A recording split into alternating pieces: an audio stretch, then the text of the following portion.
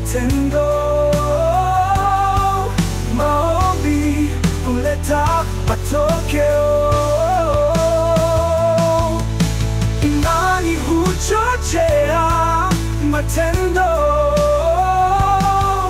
Maombi huleta Nikukaribishe kwenye kipindi matokeo. chetu kizuri, kipindi cha Na Tuombe.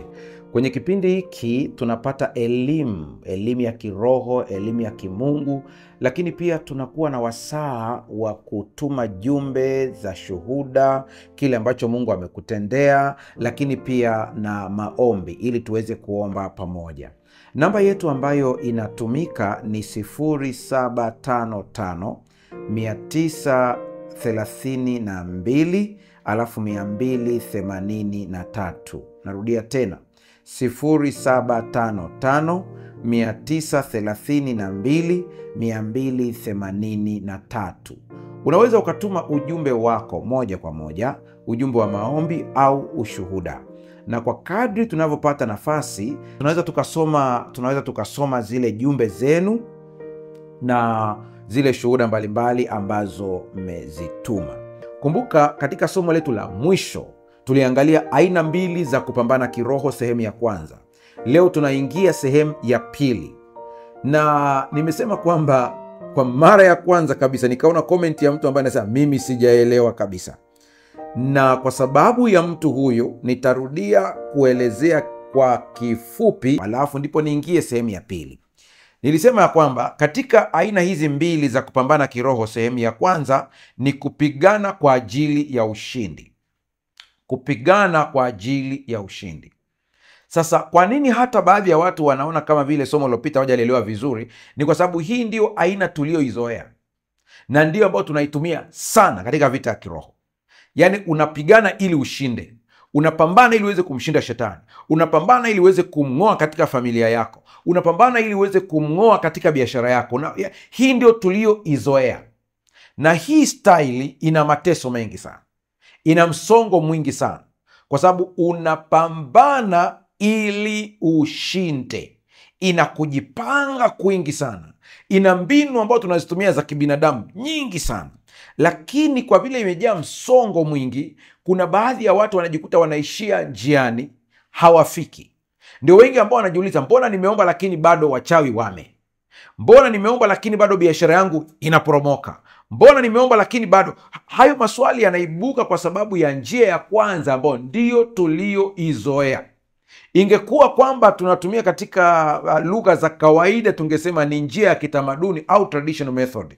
Hii ndio imezoeleka sana. Kila muumini unayemuona anapambana ili ashinde, anapambana ili ashinde. Kwa hiyo sehemu ya kwanza imekuwa hivyo. Ni kusomea kidogo slide ambayo tuliitumia siku ile ya kwanza kutafsiri maana ya njia ya kwanza ya kupambana kwa ajili ya ushindi, ambao kweli si salama sana, na utashangaa kwa nini si salama. Sikiliza vizuri.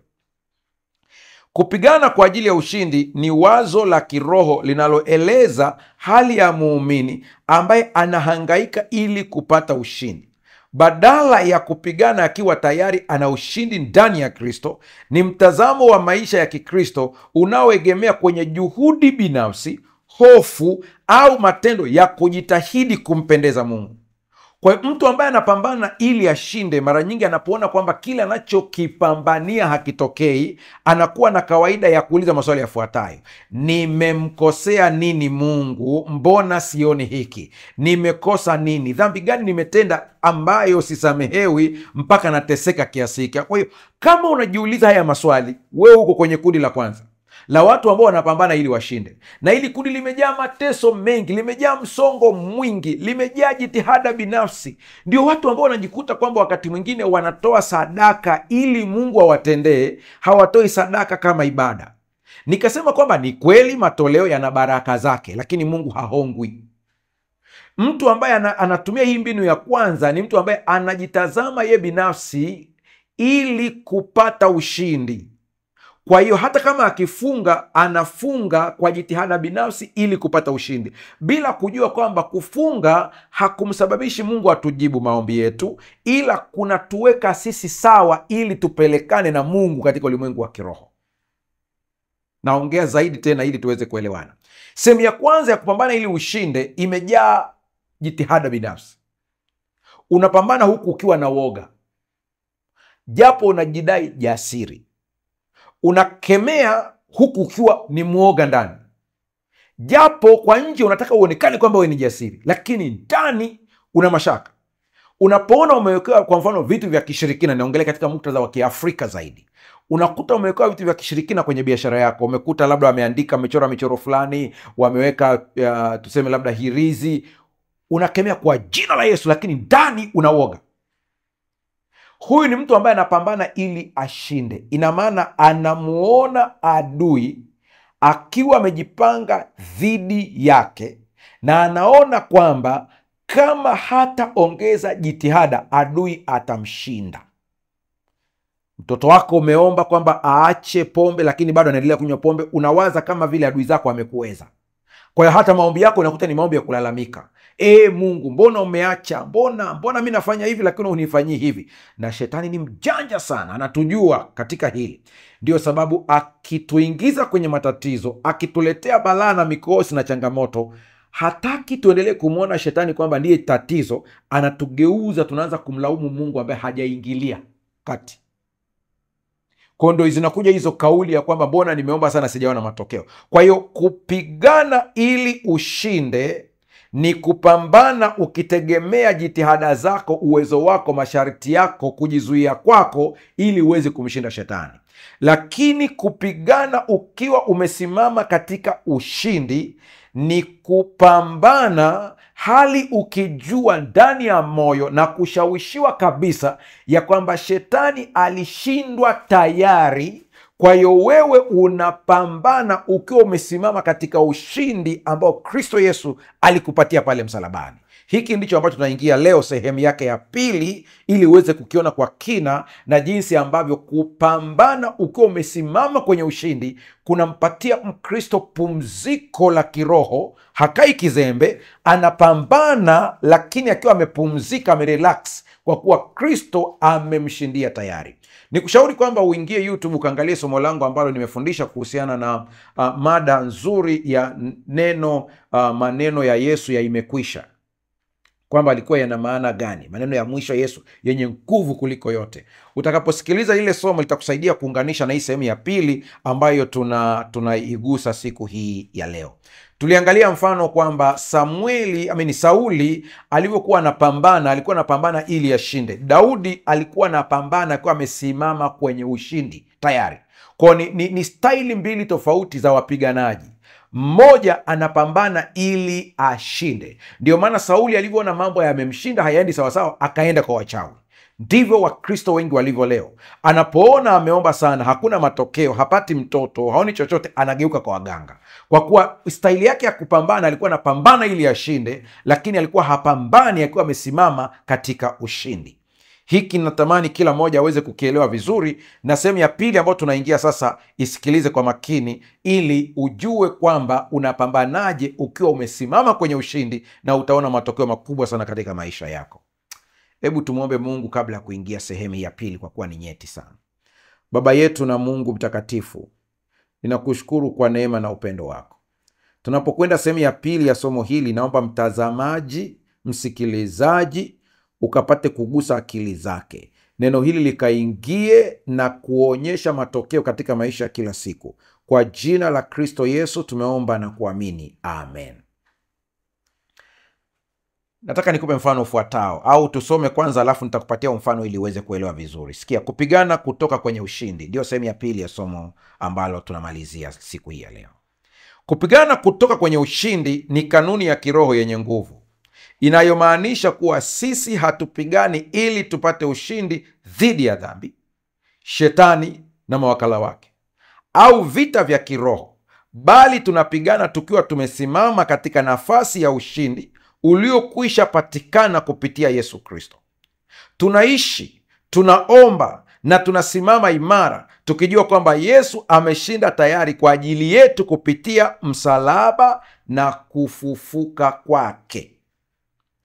Tofauti na ile nyingine, una jitihada binafsi, mikakati binafsi ili kuweza kushinda.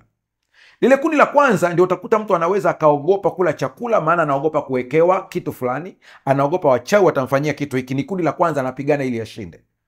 Kundi la pili ambaye anapigana akiwa amesimama kwenye ushindi, anashika kanuni ya kwamba mtakula vitu vya kufisha wala havitawadhuru.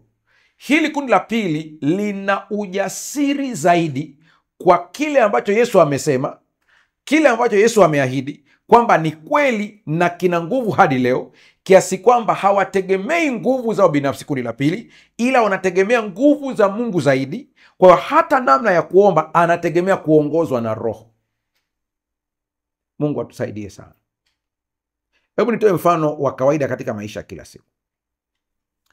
Tuna wamama wawili, wote ni wajane, wote wanasomesha watoto, wote watoto wamefukuzwa ada. Mmoja inabidi akapambane kufanya vibarua na kuomba watu ili wamuunge mkono aweze kulipa ada ya mtoto wake. Kwa hiyo utamkuta yuko bize kufanya kazi kwa bidii, yuko bize kufanya vibarua, yuko bize kutafuta watu wamsaidie, yuko bize. Huyu wa kwanza.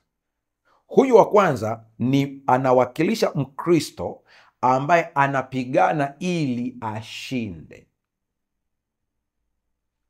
Kwa hiyo utakuta anahangaika usiku halali, ana masaa machache ya kulala, anakesha akipambana, kwa sababu anapambana dhidi ya nguvu za giza. Anataka ashinde. Anafunga siku nyingi mpaka amekonda, anapambana ili ashinde. Huyu Mkristo ambaye anawakilishwa na huyu mama ambaye anahangaika kwa ajili ya ada ya mtoto wake. Kwa nini? Kwa sababu ada hana. Kwa nini? Kwa sababu hana vyanzo vya kupata ada vilivyo sawa sawa. Kwa ataenda kufagia kwa watu, ataenda kulima vibarua, ataomba na baadhi ya watu wamsaidie. Anahangaika huyu mama ili apate ada. Kundi la pili. Kundi la pili, wakati mume wake anakufa, alimwachia maelekezo, akamwambia, nina hisa kwenye kampuni na hizi hisa zipo kwenye akaunti fulani, na wewe kule nimekuandika kama mrithi. Siku watoto wanahitaji ada, utaenda kwenye ile kampuni na dokumenti hii uwaonyeshe. Ukaonyesha, watakupa ada ya mtoto.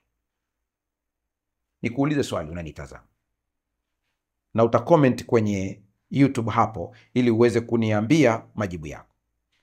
Kati ya hao wamama wawili, yupi atalala usingizi?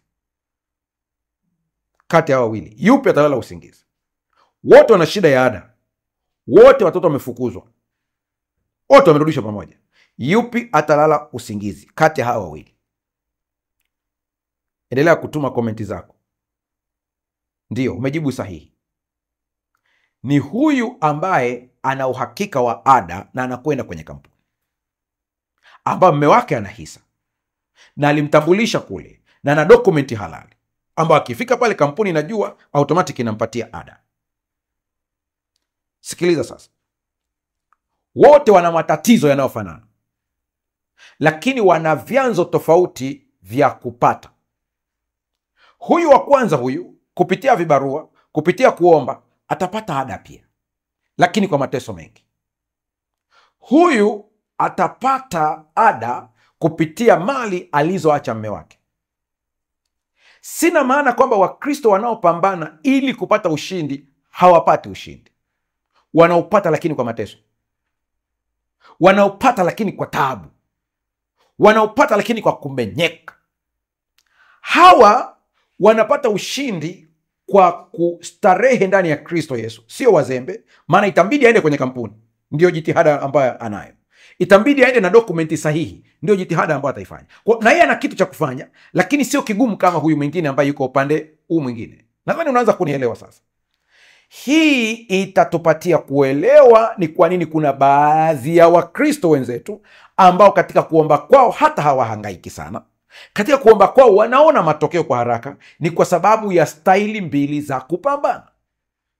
Natamani kila mmoja aweze kuelewa hili. Na najua kwamba hata unanitazama unatamani uwe kwenye hili kundi lingine, lakini ili uingie kwenye kundi lingine ambalo linapambana kwa ajili kwa vile wameshashinda tayari. Ni elimu ya kiroho ambayo unatakiwa uipate kujua kuingia kwenye kundi la pili. Mungu anasema watu wangu wanaangamia kwa kukosa maarifa. Kwa kuna baadhi ya mateso umekuwa nayo kwenye maisha yako, sio kwamba Mungu hajawahi kukutendea, lakini kwa sababu ya ujinga, sijasema upumbavu, ni kuto kujua hatua na kanuni za kiroho na kuto kujitambua kwamba wewe ni nani. Unapojitambua kwamba wewe ni nani na kwamba kwenye kampuni kuna jina lako limeandikwa pale na wewe ni mrithi wa zile haki, kuto kujua kutakufanya uteseke kana kwamba huna wakati una. Haleluya. Mungu haumbi uponyaji leo, ila uponyaji upo, ni kazi yetu kuuchukua na kuutumia kwenye maisha. Kila kitu ambacho unakipitia kwenye maisha yako sio kigeni kwa Mungu, na mlango wa kutokea aliuandaa tayari. Sasa twende vizuri, tuanze kuangalia. Narudi tena, nilikusomea kwenye hiyo slide yako, turudi tusome hii slide tena kwa kina, na wewe fuatilia kwenye skrini yako, na yule ambaye unafuatilia kwa njia ya redio nitakusomea uweze kusikia vizuri. Kupigana kutoka kwenye ushindi, maana yake ni nini? Kupigana kutoka kwenye ushindi ni kanuni ya kiroho yenye nguvu inayomaanisha kuwa sisi hatupigani ili tupate ushindi dhidi ya dhambi, shetani na mawakala wake au vita vya kiroho, bali tunapigana tukiwa tumesimama katika nafasi ya ushindi uliokwisha patikana kupitia Yesu Kristo. Tunaishi, tunaomba na tunasimama imara tukijua kwamba Yesu ameshinda tayari kwa ajili yetu kupitia msalaba na kufufuka kwake. Urahibu wowote unaopitia katika maisha yako, dhambi yoyote ambayo unaona kwamba imekushinda katika maisha yako, tiba ya ushindi ipo, maana Kristo aliishinda tayari. Ni wewe tu kwenda kuamini kwanza ya kwamba amekushindia tayari na kubonyeza katika namba sahihi ili ule ushindi utoke ufanye kuwa wako. Na nyamaza kidogo ili iingie ndani ya akili yako uweze kuitafakari vizuri. Kupigana kutoka kwenye ushindi ni kuishi kwa kuelewa kwamba ushindi tayari umeshapatikana kwetu kupitia Kristo. Hii sio ushindi ambao tunahitaji kushinda, ni ushindi tunahitaji kuishi ndani yake na kuufanyia kazi. Mtindo huu unasisitiza mapumziko, imani na kutegemea kazi ya Kristo ambayo tayari imeshatufungulia ushindi. Natoa mfano mwingine tena.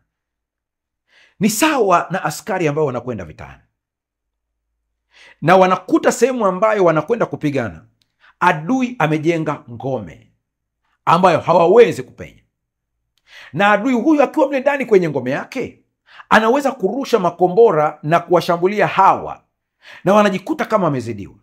Ndipo kwa ghafla anajitokeza mtu kutokea jeshi hili, anawaambia, mnahitaji kuingia kwenye hiyo ngome muangushe hao? Wanasema ndio, hao ni maadui zetu.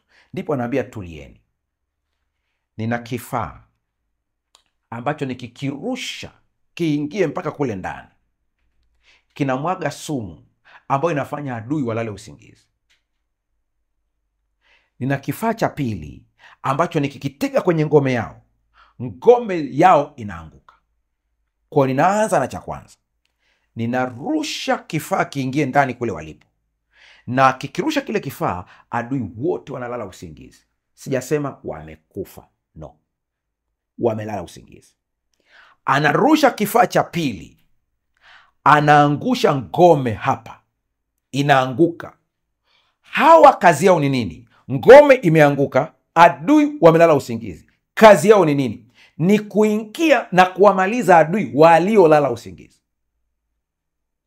Lakini wakiingia na dhana ya kwamba wale adui bado wana nguvu kama zile za awali, watatumia nguvu kubwa ambayo haikupaswa kutumika, kwa kuwa kila kitu kimefanyika tayari kupitia kifo cha Yesu. Nianze na maisha ya kwanza. Kupitia maisha ya Yesu Kristo, yote aliyoishi, alivunja nguvu za giza zote kwa aina zake unavyoweza kuzijua wewe. Kupitia kifo chake akavunja nguvu za mauti za shetani. Kupitia ufufuo wake akamnyang'anya funguo Lucifer na majeshi yake yote. Kwa majeshi yake yote unavyoyaona na vitendo ambavyo wanavifanya vyote, wameparalyze, wako chini, wanaburuta tu miguu, ila ni wazuri wa propaganda. Wanajua kupiga kelele, wanajua kueleza, wanajua kufoka, kiasi kwamba wewe unadhani kwamba wamekushinda kwa kuwa kijana wako ameingia kwenye madawa ya kulevya. Unadhani kwamba wamekushinda kwa kuwa kijana wako au mtoto wako sasa hivi ana changamoto ya ndoa. Unajua wamekushinda kwa sababu mume wako anakusumbua. Unajua wamekushinda kwa sababu umeambiwa una saratani. Unajua wamekushinda kwa sababu kuna ndugu yako au nani au mwenyewe umepagawa na pepo wabaya. Si kweli, hawaja kushinda. Hizo ni kelele zao, wameparalyze tayari. Ukitumia jina la Yesu kwa imani ya kwamba adui ameshindwa, hawezi kukushikilia tena. Hata kama huoni mambo yakitokea sasa, amini ya kwamba yameshatokea tayari, maana Kristo Yesu alikushindia kila kitu pale msalabani. Haleluya! Hii ikiingia akilini mwako, utabadilisha staili yako ya kupambana. Utapambana ukiwa umeona ushindi unaopatikana katika Kristo Yesu. Kumbuka nimekuambia, adui hajafa ila amelala usingizi. Adui hajafa ila ameparalyze. Najua kuna mtu ananitazama anasema, lakini mchungaji, mbona Biblia imetuonya kwamba tukeshe na kuomba? Neno kukesha na kuomba ni kuwatch, kuwa macho. Maana yake ni nini? Aliye paralyze ukiwa karibu naye anaweza kushika kisu akakuchoma pia. Kuwa macho. Anaposema iweni macho, usikimbilie tu kumkuza shetani ukasahau Kristo alichokifanya.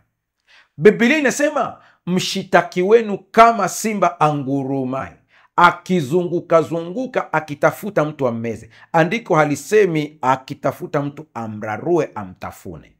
Hapana. Kwa nini? Hana meno. Yesu alishamalizana naye tayari. Tuendelee kidogo, huenda tutapata kuelewa zaidi maana ya kupigana ukiwa umesimama katika ushindi. Sifa muhimu za kupigana kutoka kwenye ushindi. Kutoka kwenye ushindi, sio ili ushinde. Kwa lugha nyingine, ukiwa umesimama kwenye ushindi ambao amekupatia Kristo Yesu. Sifa muhimu ni zipi? Moja, ni mapumziko katika kazi iliyokamilika ya Kristo. Ni kupumzika ukitegemea matendo mema ya Yesu. Ni kupumzika ukitegemea Kristo alichokufanyia kwamba ni chako kwa njia ya imani. Kiukweli, hii ndiyo maana halisi ya Sabato, ambao Wayahudi walishindwa kuielewa na Wakristo walio pia wanashindwa kuielewa, kwamba maana yake, maana ya kwanza muhimu ya Sabato ilikuwa ni kukumbuka uumbaji, kwamba Mungu ndiye muumbaji. Ndiyo maana ya kwanza muhimu kabisa. Kwa maana kwa siku 6 Bwana alifanya mbingu na nchi na bahari na vyote vilivyomo, akastarehe siku ya 7. Kwa hiyo Bwana akaibarikia siku ya Sabato akaitakasa. Kwa sababu ya kwanza kabisa ni kutangaza ya kwamba Mungu ni muumbaji. Sababu ya pili ni kutangaza kwamba kupitia Kristo Yesu sisi tunaingia katika pumziko, yani Sabato. Pumziko la kiroho.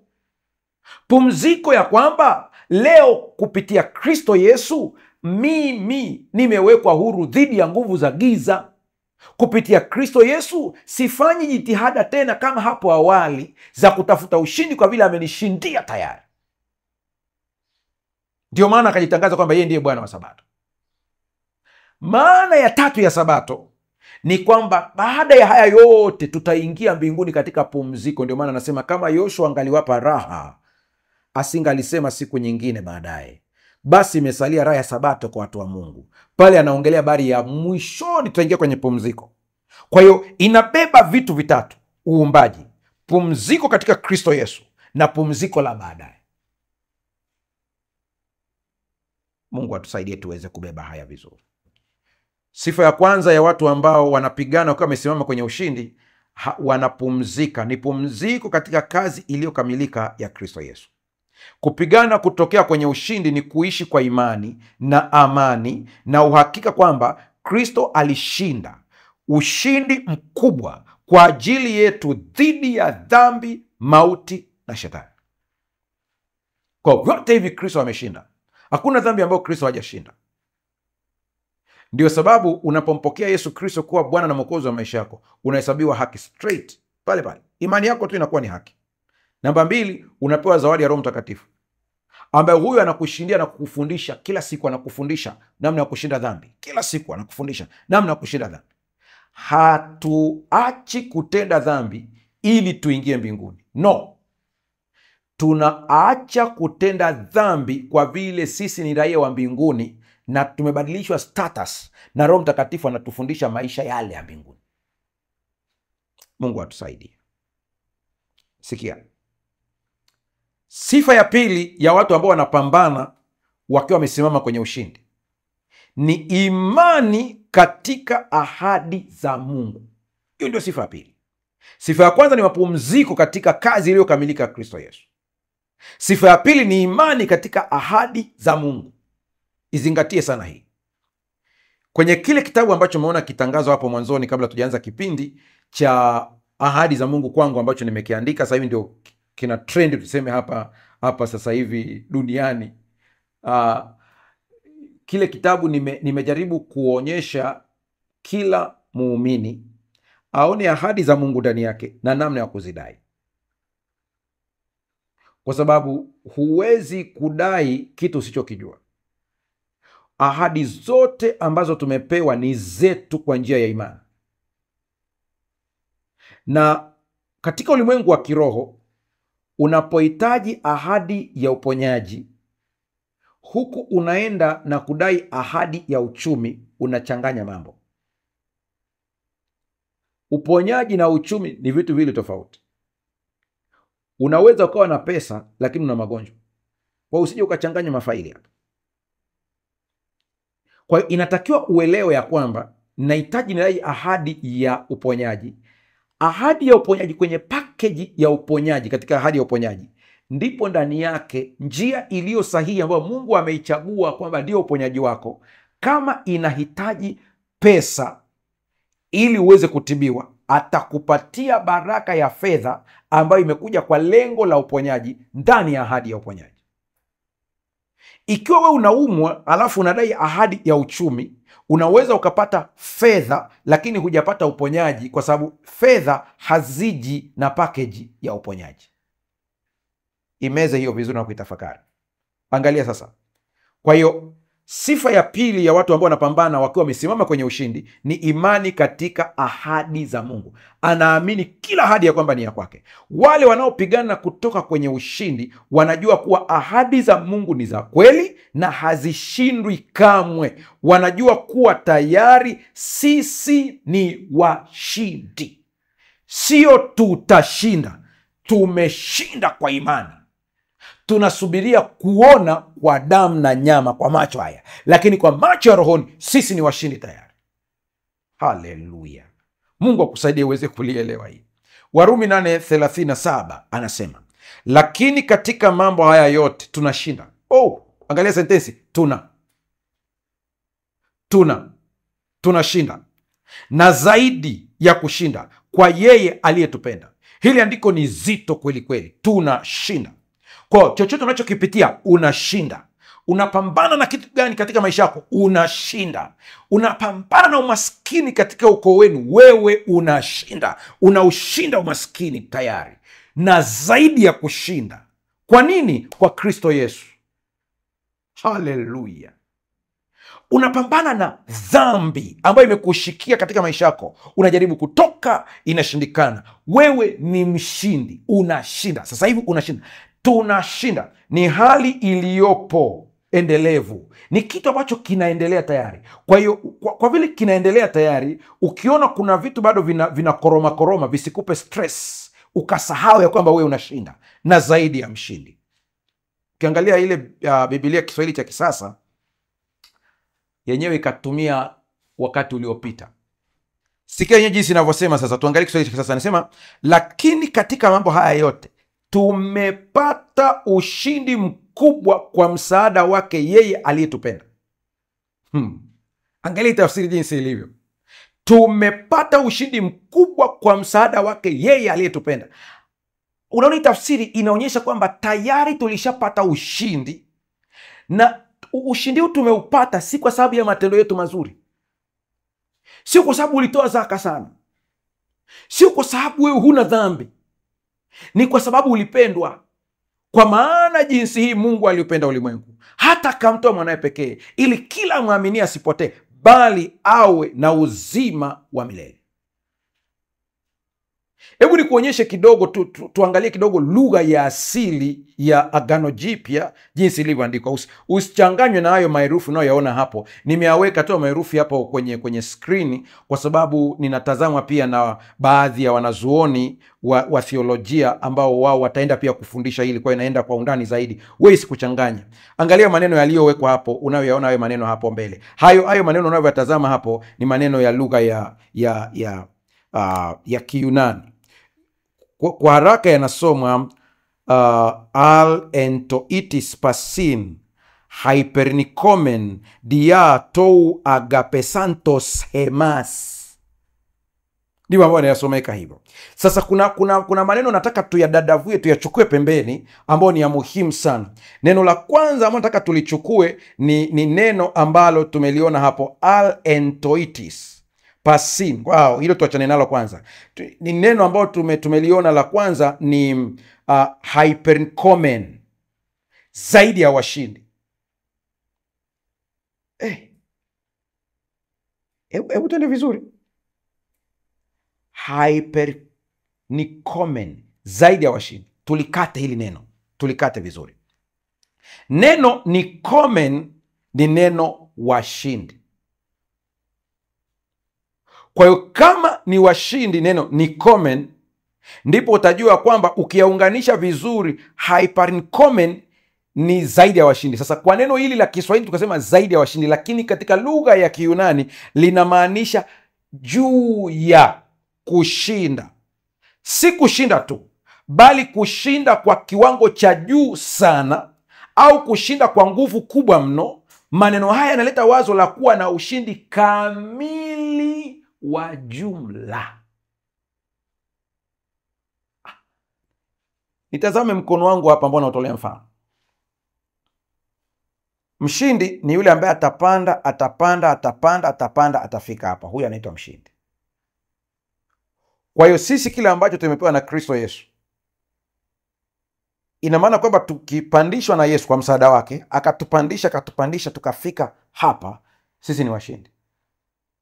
Lakini Yesu alichokifanya sasa, akatutoa hapa katika ushindi, akaturusha mpaka kule juu, zaidi ya washindi. Kwa hiyo kama kushinda ilikuwa ni hapa, tukapanda zaidi, tukapanda zaidi, tukapanda zaidi, tukapanda zaidi, tukapanda zaidi. Haleluya! Shetani hataki ujue hili, kwa sababu ukijua kwamba wewe ni zaidi ya mshindi, kwanza hutamuogopa, na usipomwogopa shetani unamdhoofisha. Ukimwogopa unampa nguvu. Kwa hiyo haijalishi makelele yake kwenye ndoa yako ni makubwa kiasi gani, wewe ni zaidi ya mshindi. Haijalishi makelele yake kwenye ndoa yako na familia yako na biashara yako ni makubwa kiasi gani, wewe ni zaidi ya mshindi. Ni zaidi ya mshindi. Huenda ikawa unanitazama sasa hivi na unaweza kwenda kuvuta bangi, maana unaita kwamba ndio urahibu wako. Heroin, cocaine, pombe, jamii zote ziseme, kucheza kamari, kubeti, ambao ni mojawapo ya urahibu. Umejaribu kuacha, imeshindikana. Yote hayo nataka nikwambie, unapoona kwamba hizo tabia zimekushinda, umezifanya ziko juu yako. Lakini unapoziona ya kwamba tayari zimeshindwa kupitia Kristo Yesu, umezifanya kuwa chini yako. Kwa hiyo hatua ya kutoka hapo ni rahisi, maana unachomoka ukiwa tayari wewe ni mshindi, hatua kwa hatua. Tabia za watu ambao wanapambana wakiwa wamesimama katika ushindi, tabia ya tatu, wanaamini kwamba ushindi ni zawadi, sio tuzo au malipo. Wale wa kundi la kwanza, wale ambao wanapambana ili washinde, wao ushindi ni malipo, ni matokeo ya jitihada zao. Kwa hiyo hata kama katika mdomo wake anajaribiwa kusema nilifanikiwa kwa sababu nilifunga sana, nilifanikiwa kwa sababu nilifanya hivi na hivi. Hili kundi la pili, wao wanaona ushindi wao ni zawadi waliopewa na Kristo Yesu. Kwa kuwa nguvu za kushinda wanapewa na Kristo Yesu, sio jitihada zao. Akili ya kwamba aombeje anapewa na Roho Mtakatifu. Angalia vizuri hii kitu inavyoenda. Hata akili ya kuomba anapewa na Roho Mtakatifu. Maneno ya kutamka katika maombi anafundishwa na Roho Mtakatifu. Kwa kuwa na Roho naye hutuombea katika kuugua kusikotamkika. Kwa hata namna ya kumwendea Mungu, akijikuta ametamka neno lenye nguvu katika maombi, hajiinui yeye, anamtukuza Mungu, kwa kuwa Mungu ndiye amemwezesha kupitia Roho Mtakatifu. Kwa muujiza unaotendeka sio jitihada binafsi, ni Mungu atendaye kazi ndani yake. Ndio maana hawajilaumu kwa lolote. Kundi la kwanza wanajilaumu, nina dhambi gani ambayo Mungu hasikii mpaka leo hanitendei?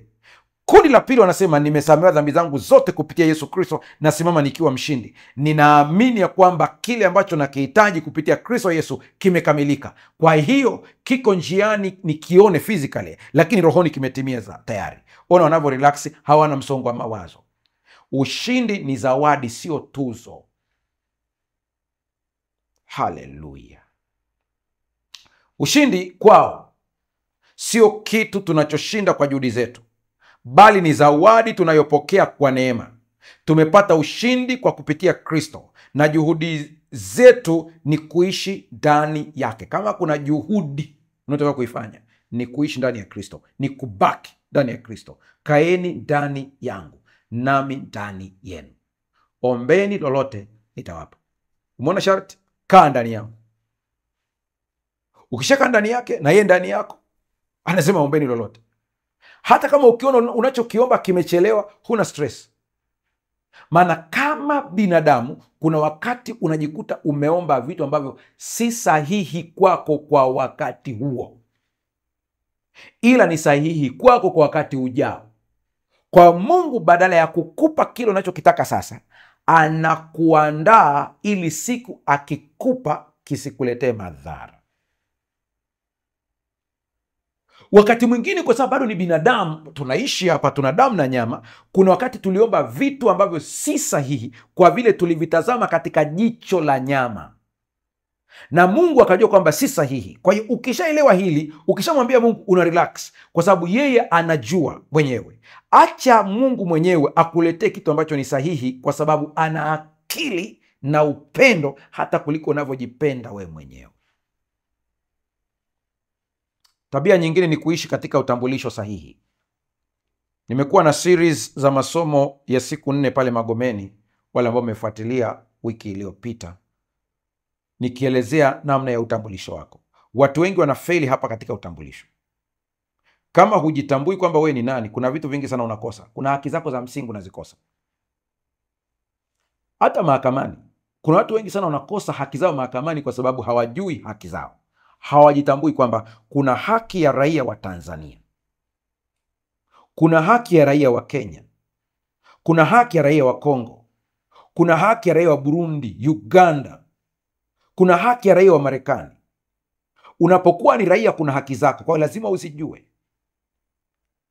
Ukiona maisha ya Paulo, wakati alipotendewa wakati fulani, walijua kwa sababu Paulo ana ngozi ya Kiyahudi, wanamjua ni Myahudi. Kuna siku moja walimtendea kitu ambacho hakupaswa kutendewa kwa sababu ana uraia wa Kirumi. Alipojua akamwambia, mimi ni Mrumi, kwa hiyo mlichonitendea Mrumi hapaswi kutendewa hivyo.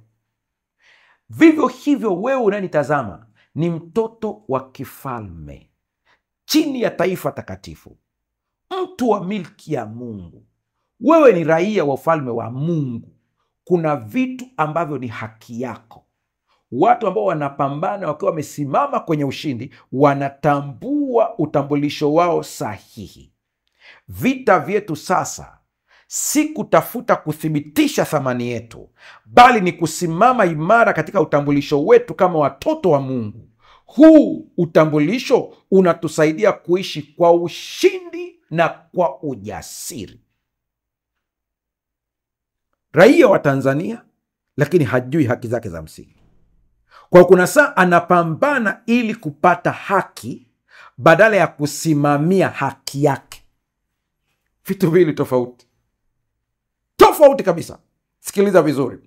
Kwenye kitabu cha Yohana wa kwanza sura ya 4 fungu la 4, Biblia inasema, ninyi watoto wadogo mwatokana na Mungu, nanyi mmewashinda, kwa sababu yeye aliye ndani yenu ni mkuu kuliko yeye aliye katika dunia. Hili andiko likupe ujasiri, likupe uelewa, ili uweze kuelewa kwamba wewe ni mtoto wa Mungu. Sikiliza, ninyi watoto wadogo mwatokana na Mungu. Kitendo cha wewe kuwa chanzo chako ni Mungu, anakuambia tayari umewashinda mawakala wote ambao chanzo chao ni kwingine. Sasa unasema, mchungaji, kwani shetani aliwahi kuumba mtu? Sikiliza vizuri. Anaposema mwatokana na Mungu ni kwa sababu zifuatazo. Kwa uumbaji sisi wote tumeumbwa na Mungu, wote. Lakini hapo katikati tulikabidhi ubini wetu ukaenda kwa mwingine, kwa sababu wazazi wetu wa kwanza Adamu na Hawa walikula tunda, wakatukabidhi kwa utawala mwingine. Anapokuja Kristo Yesu anatukomboa kutoka kwenye huo utawala mwingine. Ndiyo maana anapoongea na Nikodemu kuhusu ubatizo wa kuzamishwa ndani ya maji, Yesu anamwambia Nikodemu, kilichozaliwa kwa mwili ni mwili na kilichozaliwa kwa roho ni roho. Maana alimwambia Nikodemu, mtu hawezi kurithi ufalme asipozaliwa mara ya pili, asipozaliwa kwa maji na kwa roho. Ndipo Nikodemu anaongea habari ya kuzaliwa katika mwili. Yesu anasema kilichozaliwa kwa mwili ni mwili na kilichozaliwa kwa roho ni roho. Kwa pale unapompokea Yesu Kristo kuwa Bwana na Mwokozi wa maisha yako, ndani ya roho yako umezaliwa na Mungu tayari. Kwa hiyo ninyi mwatokana na Mungu, na kwa sababu mwatokana na Mungu, kuna ambaye anaishi ndani yangu. Kwa hiyo mwili wako unakuwa ni hekalu la Roho Mtakatifu. Mungu anaishi ndani yako kwa njia ya Roho Mtakatifu. Turudi katika maandiko haya, ninyi watoto wadogo mwatokana na Mungu, nanyi mmewashinda, kwa sababu ya yeye aliye ndani yenu ni mkuu kuliko yeye aliye katika dunia. Na stop hapa kidogo akili yako, kwa sababu kuna kitu nataka uvitafakari kwenye ubongo wako vizuri kabisa. Sikiliza. Dini, religion, inawafanya watu wamwone Mungu yuko mbali. Inawafanya watu wamwone Mungu yuko juu mbinguni. Najua kuna maandiko ya kutosha kabisa yanasema hivyo, usiwe na wasiwasi, tutaiangalia vizuri. Inawafanya watu hata wanapoomba wanapata picha ya Mungu aketie kwenye kiti fulani huko juu mbali kabisa. Najua kuna maandiko yanaonyesha hivyo. Hiyo ni lugha ya kibinadamu kumwelezea Mungu.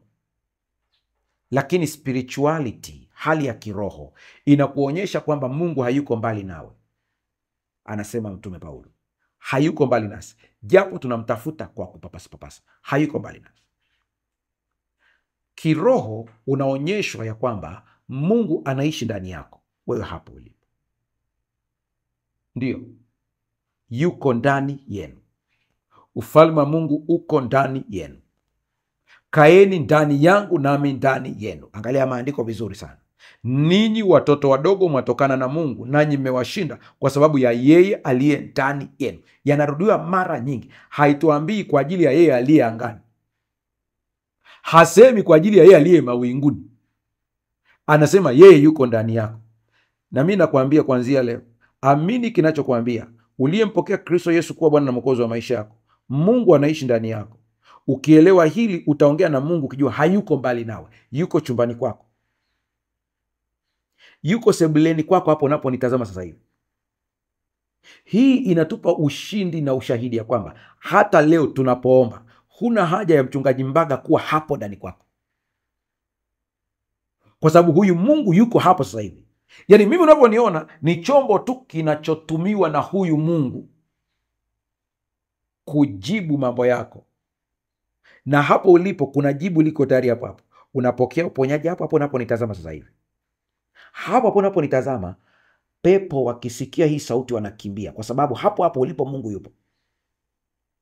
Nimepokea shuhuda nyingi za watu ambao wameangalia vipindi hivi kwa kutazama tu, wakatokwa na pepo straight.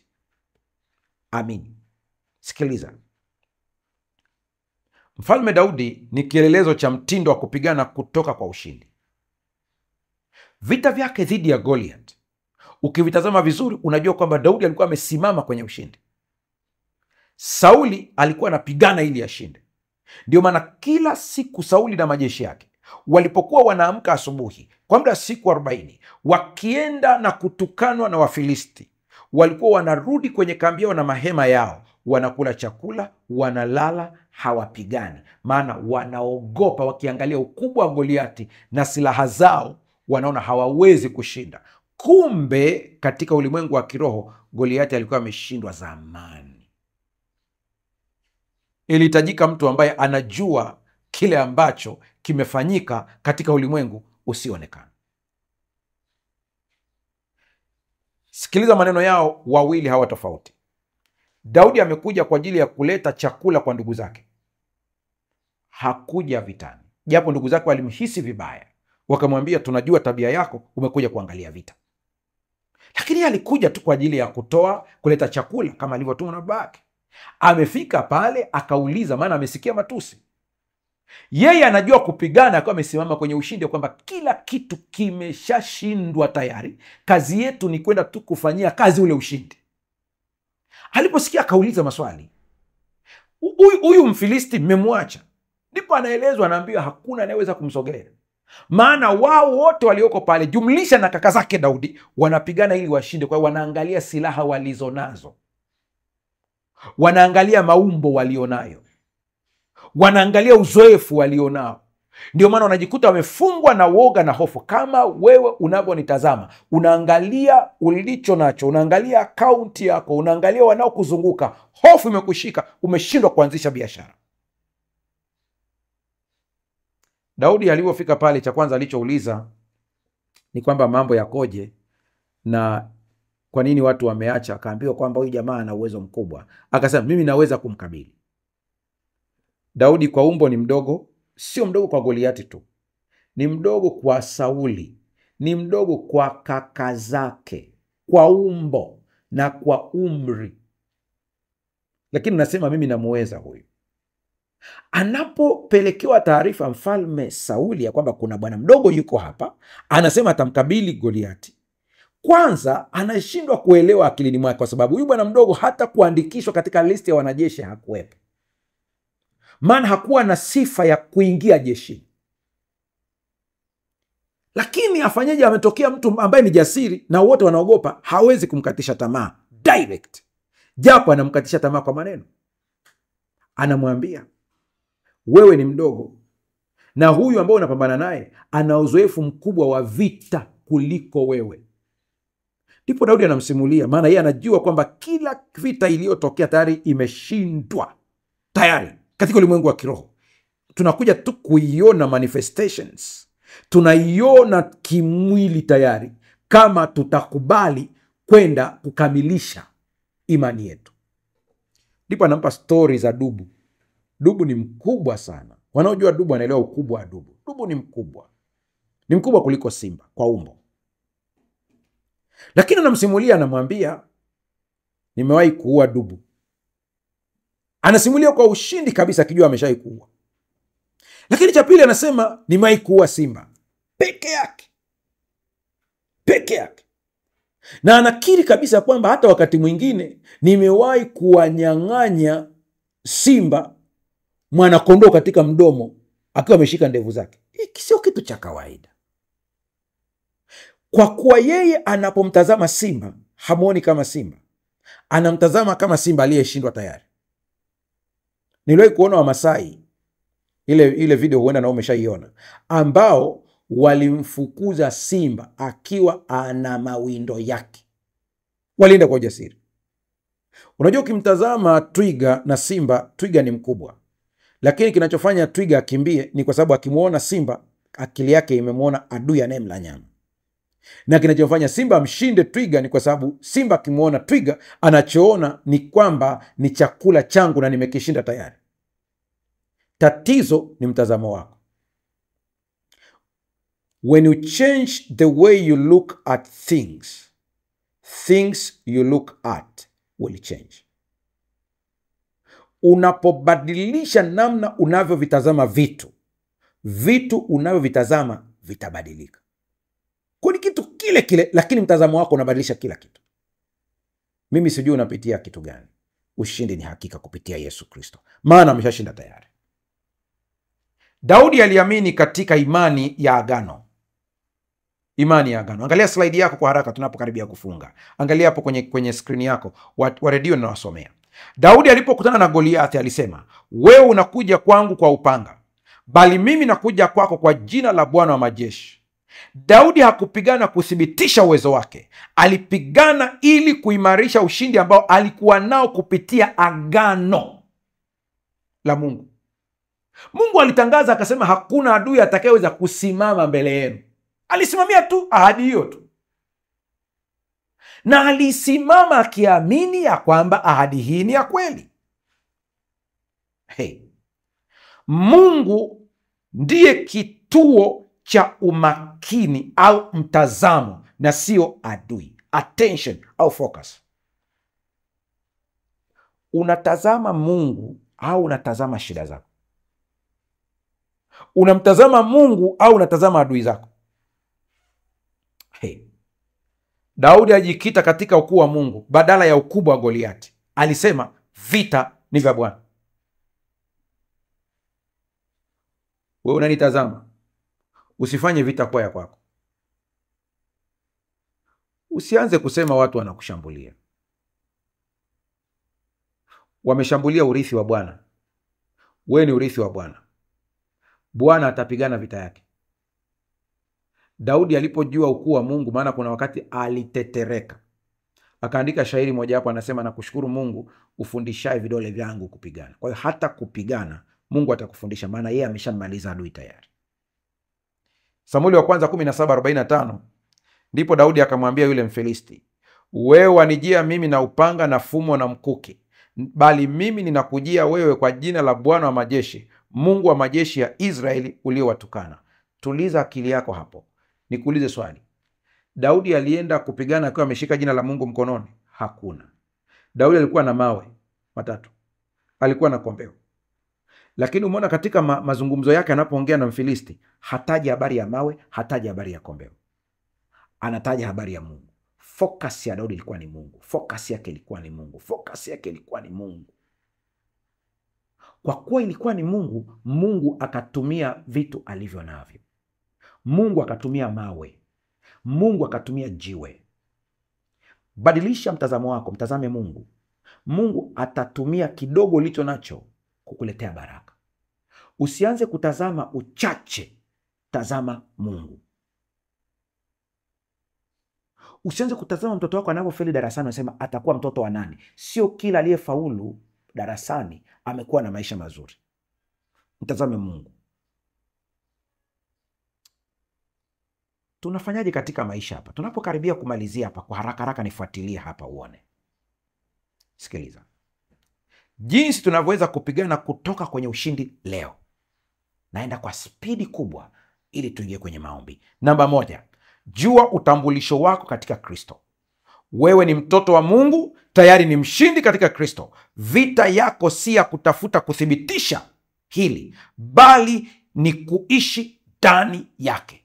Hata ukitamka, tamka kama mtu ambaye anajitambua. Tamka ushindi. Namba 2, simama kwenye neno la Mungu.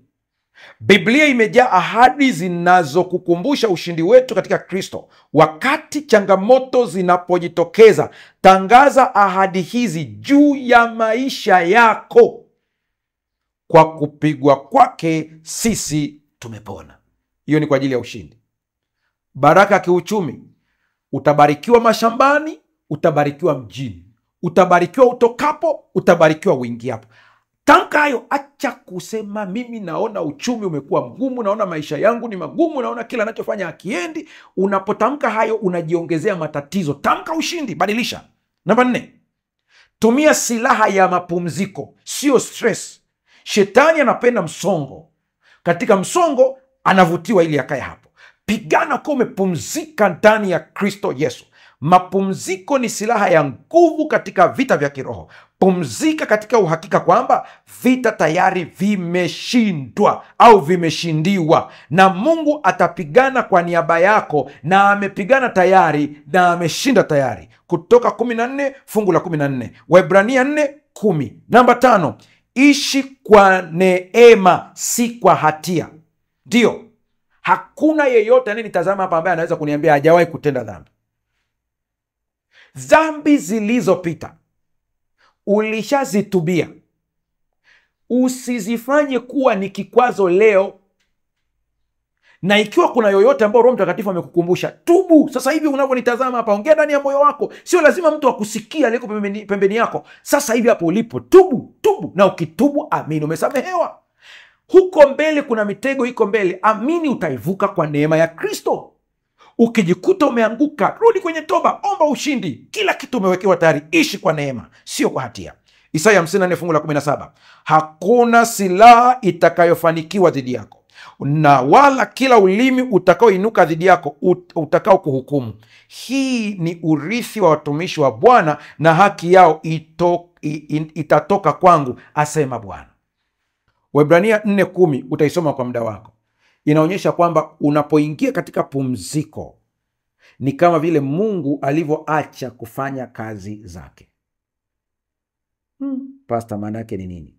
Mungu aliumba kwa siku 6, ya 7 akapumzika. Kazi ziliisha. Lakini je, mimea haiendelei kuota? Inaendelea. Kwa lugha nyingine, kile ambacho Kristo alichokutendea msalabani akasema imekwisha, kilinganisha na kitabu cha Mwanzo sura ya 2, kwamba Mungu akafanya kazi zake zote akamaliza, akapumzika siku ya 7. Si kwamba alichoka, ni kwamba kazi ziliisha. Yesu anaposema imekwisha pale msalabani, kila kitu kinachohitajika ili kukupatia ushindi kimekamilika, na amekushindia. Rafiki yangu unanitazama, Kristo ameshinda. Pigana ukiwa umesimama katika ushindi, ambapo kazi yako itakuwa ni kutekeleza maelekezo ya kumaliza adui ambaye ameshindwa tayari. Usiruhusu ukawa na msongo kupitiliza hadi ukasahau kuomba, hadi ukaumiza mwili wako. Msijisumbue kwa neno lolote, isipokuwa katika kila jambo kwa kusali na kuomba haja zenu zijulikane na Bwana. Njoni kwangu ninyi nyote msumbukao na kulemewa na mizigo, nami nitapumzisha. Mafungu yote yanatufundisha kupumzika ndani ya Kristo. Hii haina maana kwamba utakuwa mzembe, bali utakuwa na akili iliyotulia kupokea maelekezo ya Roho. Tunapoingia kuomba sasa, endelea kutuma ujumbe wako. Endelea kutuma ujumbe wako. Endelea kutuma kwenye simu, na wengine naona mnaendelea kutuma hapo kwenye YouTube. Endelea kutuma. Sio lazima tuweze kusoma jumbe zote, lakini kwa uwezo wa Mungu, Mungu anakwenda kumjibu kila mmoja aliyeko hapo kwa namna ya pekee. Tuma shuhuda zenu, komenti hapo kila ambacho Mungu amekutendea. Usisahau, washirikishe wengi habari hii ili wengi waweze kufunguliwa, wengi waondokane na msongo wa mawazo, wengi waache kujiua, wajue katika Kristo Yesu tuna ushindi. Unapitia kitu gani? Tunaomba tukiwa tumesimama katika ushindi sasa. Kione kikiwa kinaachia, kione kikiwa kinaondoka, chochote kwa jina la Yesu Kristo. Na tuombe. Baba, katika jina la Yesu Kristo, ninakushukuru kwa ajili ya ushindi ambao Kristo Yesu ametupatia pale msalabani. Akazishinda nguvu za giza, akazikanyaga, akazifanya kuwa mkogo kwa ushindi, akashinda mpaka mauti. Kwa kupigwa kwake sisi tumepona. Tunapokea baraka kupitia Yesu Kristo. Asante Mungu kwa zawadi hii. Ninaomba kwa ajili ya mtoto wako ambaye anafuatilia kipindi hiki sasa. Anapitia jambo gani, changamoto gani? Naomba ukapate kumpigania. Naomba ukampe ushindi, kwa kuwa tayari ushindi upo. Ni kiasi cha kumpatia tu. Ulishinda tayari, upo. Ni kiasi yeye tu kuupokea. Mpatie aweze kuupokea, aweze kuona kwa njia ya imani, na mwisho akauone katika macho ya damu na nyama. Unanitazama, taja ile changamoto yako sasa. Itaje. Ikiwa ni ugonjwa, utaje. Na ugonjwa wako uambie ukuu wa Mungu wako. Ni changamoto za kiuchumi, ziambie ukuu wa Mungu wako. Ni changamoto za madeni, chochote kile, taja sasa. Kiambie, Mungu wangu ni mkuu na amekutoa tayari. Kiambie, maana hiyo ni roho. Kiambie amekutoa tayari. Iambie hasira yako, Mungu amekutoa tayari, kwa jina la Yesu Kristo. Asante Baba, maana umetenda na utaendelea kutenda. Kwa jina la Yesu tumeomba na kuamini, amen.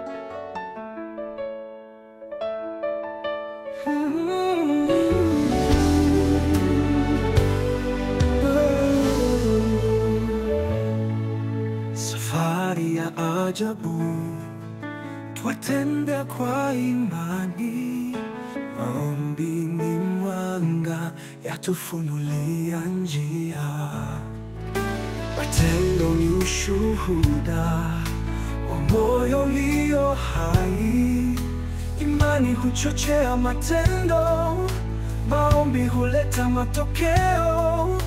Imani huchochea matendo, maombi huleta matokeo.